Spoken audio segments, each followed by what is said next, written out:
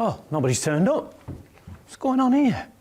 Oh well, I'll just check this is working anyway to tell you lot that this is a very special Gruppetto this week. It's a Gruppetto of two halves. I think you've already guessed. We've got one of the Premier League's biggest cycling fans, but we'll also be keeping an eye for you lot on Del Toro, Almeida, Ayuso, Pidcock and the rest. They're all in action, and we're here with a very special edition of the Gruppetto.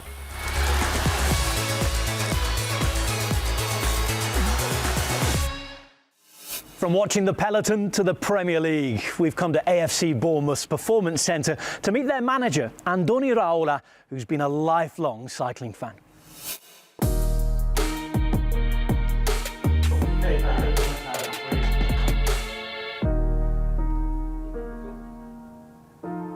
Cool, we're good to go. Right then. Andoni Iraola, how are you? Good, fine. I think I'm doing well. First season here in England, and still getting used to some things, but enjoying it. Riding your bike much around here? Yeah. There is not a lot of mountains here. It's a lot easier, and now I bought a gravel bike. Oh wow! And then you can go through trails and this, and it's enjoyable. Yeah. Who has the most difficult job? Somebody, a midfielder who's pressing for 90 minutes, or a climber going up the Angliru? What's harder? I think I discussed this a lot. I think in the moment it's a lot harder what cyclists do.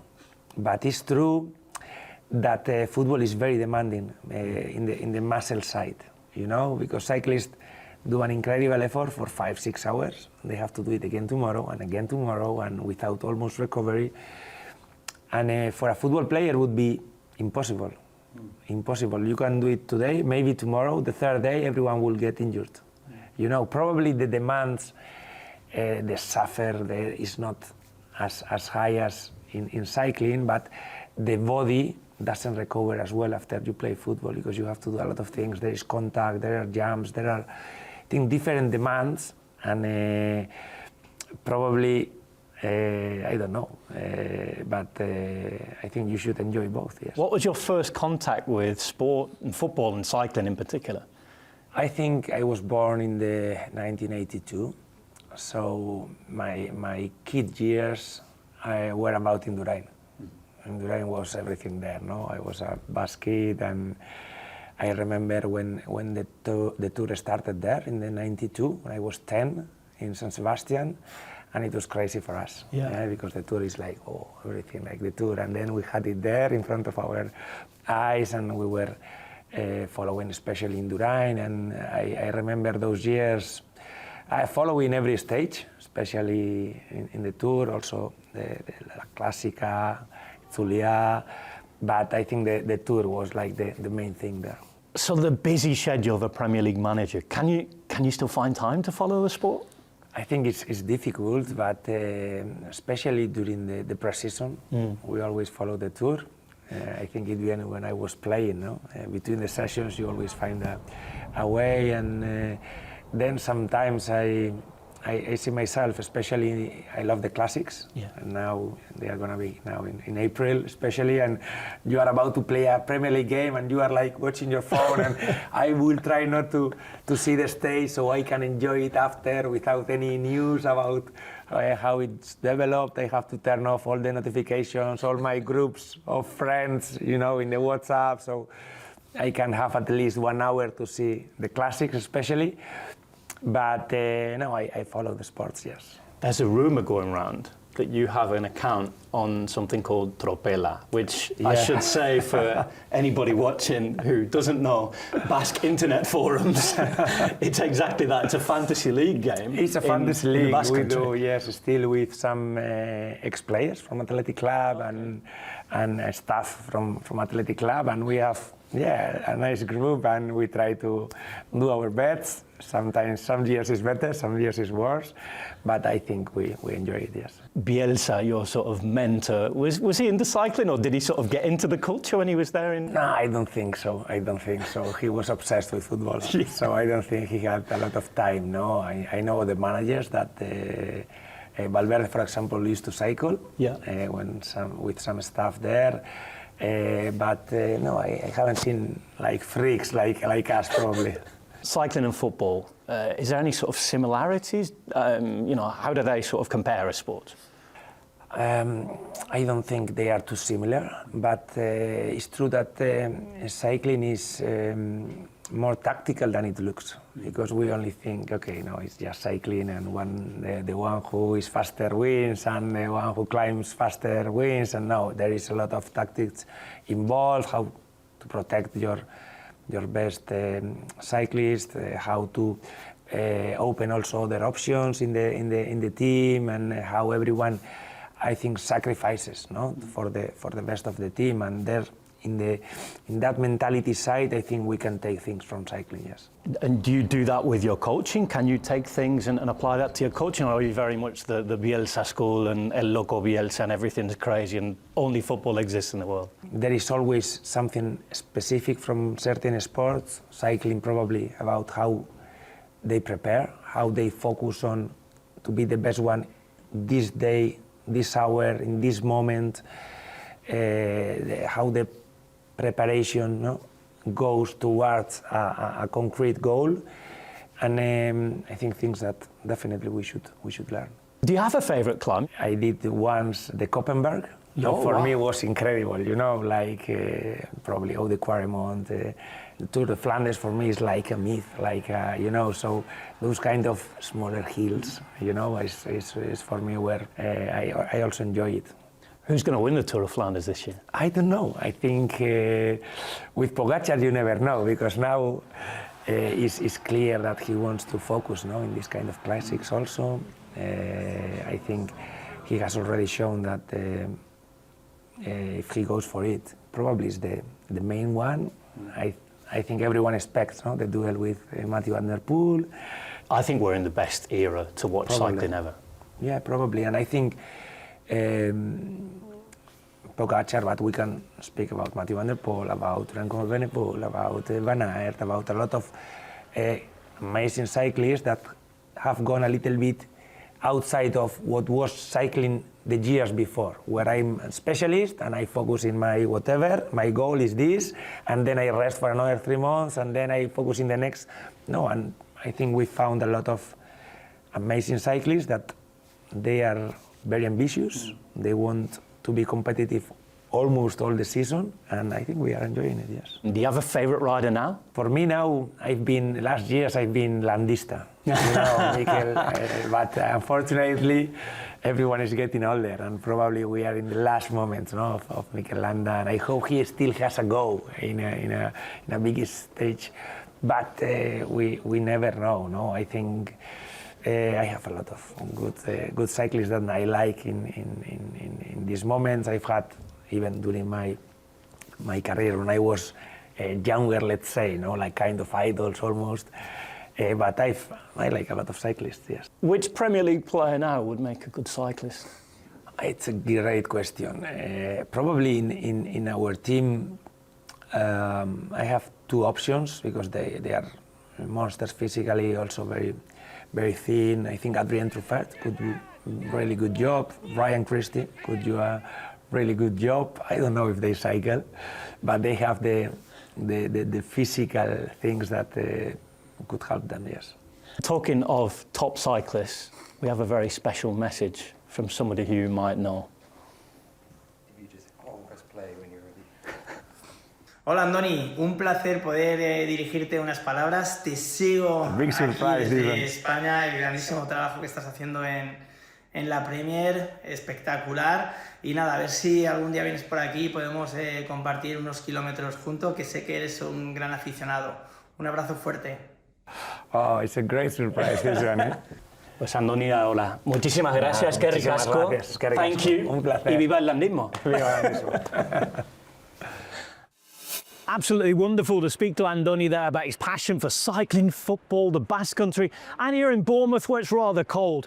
Now, before we get to the desert and the UAE Tour, a quick reminder to subscribe to our TNT Sports Cycling YouTube channel. Click subscribe below and you won't miss a thing.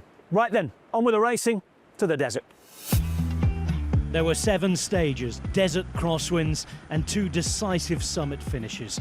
The UAE Tour delivered early season fireworks in the Middle East. There was so much wind that kilometres were cut from the opening stage.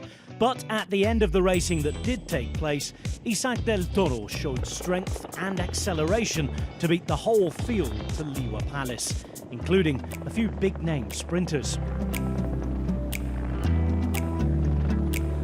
After that perfect start for the home squad, the world champion put plenty of time into the Mexican to take the leader's jersey in the time trial. Yes, Remco Evenepoel was at it again. But cramps then set in on the new finish to Jebel Mobra. An entertaining finale on a steep new climb saw Remco lose ground and the jersey to Antonio Tiberi. Saying his hotel room air conditioning wasn't working correctly, the Belgian was over 2 minutes back on the young Italian, but the temperature in the battle for the overall would remain cool until a couple of days later. Back-to-back sprint wins for Jonathan Milan then followed, before those mountain hostilities resumed on Jebel Hafit, a climb that's come to define the GC race in these past few seasons. This year's ascent would turn out to be record-breaking. And once again for Red Bull Bora Hansgrohe, Evenepoel would be absent from those top climbing times, a contrast to the excellent start to the season he'd had in Europe. He was distanced as Adam Yates piled on the pressure to catch attacker Felix Gall. Yates' work then set up Del Toro to go, with Tiberi hanging on. But he too would soon be ridden off the wheel. The Mexican champion won the stage to reclaim the jersey and cement a first ever World Tour stage race GC with just the final sprint stage to go. It's nice to have now the jersey, honestly. We have 1 day left, but of course it's special to win it like the first day. It was an incredible feeling, and I don't feel like I lose the jersey, but I feel like I finally take it. Luke Plapp's superb second on the day would give him a place on the final podium. Tiberi's second, a promising bit of early season form. As for that final sprint stage, yes, you guessed it, another win, a hat-trick for Lidl Trek's mighty Milan. There was one-day racing in Jaén this week in southern Spain too. Tim Wellens showed his ability on and off the road to win the Clasica Jaen Paraíso Interior. Behind, there was a nasty crash, problems indeed for young Kristen. Van Gils into the barriers, plenty of chat afterwards. Following that incident and the race, the bunch split between two stage races in the region.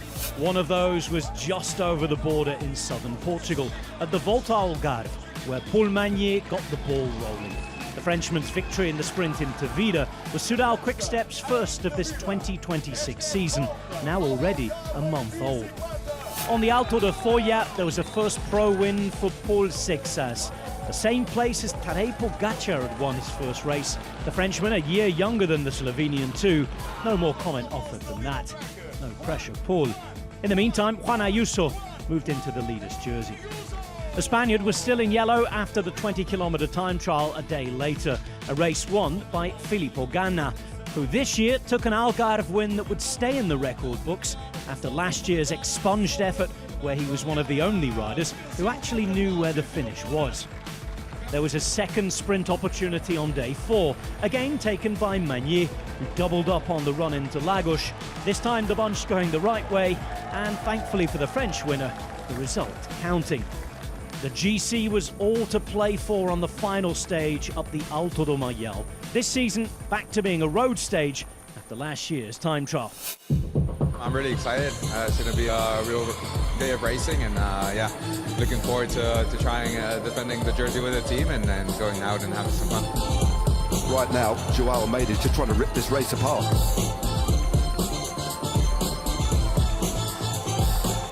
This is all going to come down, I feel, Matt, until one big flourish of an attack with about 400 or 500 metres to go before the top. Matthew Riccatello now leans on the power to try and set up Paul Seixas.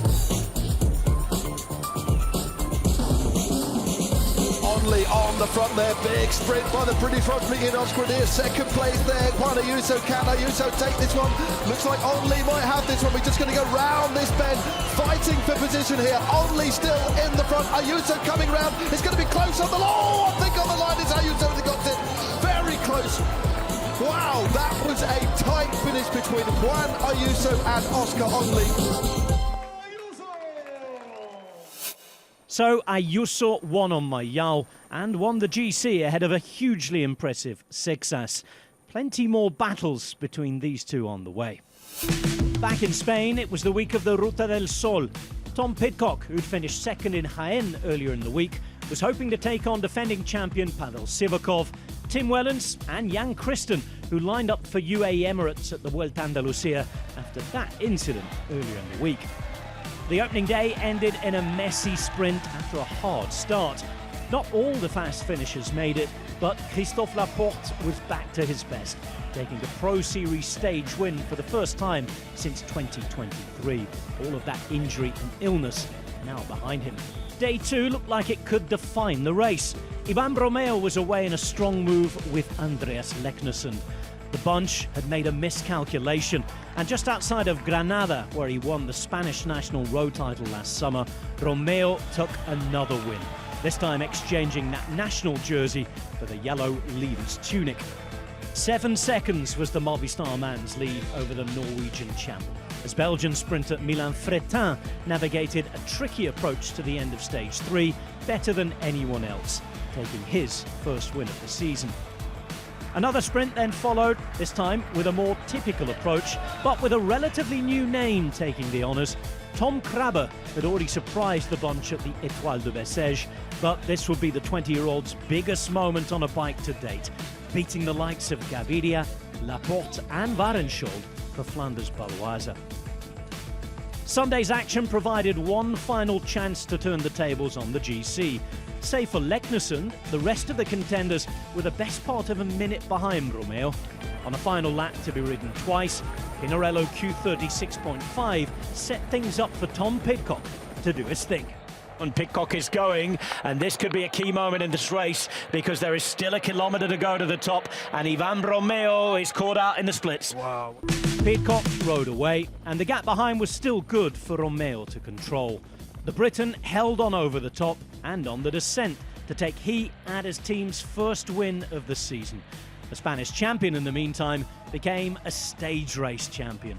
Romeo's maiden GC victory was Movistar's first since 2023. Leknesund finished second, while Pidcock's final day fireworks were enough to move him on to the final overall podium. Finally this week, there were 2 one-day races in the south of France. Total Energy Gisons-Tesson taking Saturday's honours at the Clasica Jaen. That's the region, not the video referee, although it was needed for a photo finish over Decathlon's Tour Goedemestad. But on the final day of the week, Goedemestad's teammate Paul Lapeyra didn't need the video replay for his strong showing at the Tour des Alpes-Maritimes. The former French champion raising his arms for the first time since last August. That's all we've got time for this week. Thanks so much for being with us on the Gruppetto. More coming your way next week. A reminder to watch the Omloppet Newsblad. That is the traditional start of the cycling season, isn't it? And then next week will be the Strade, Paris-Nice, Tirreno. It's coming thick and fast now. See you next week. Goodbye.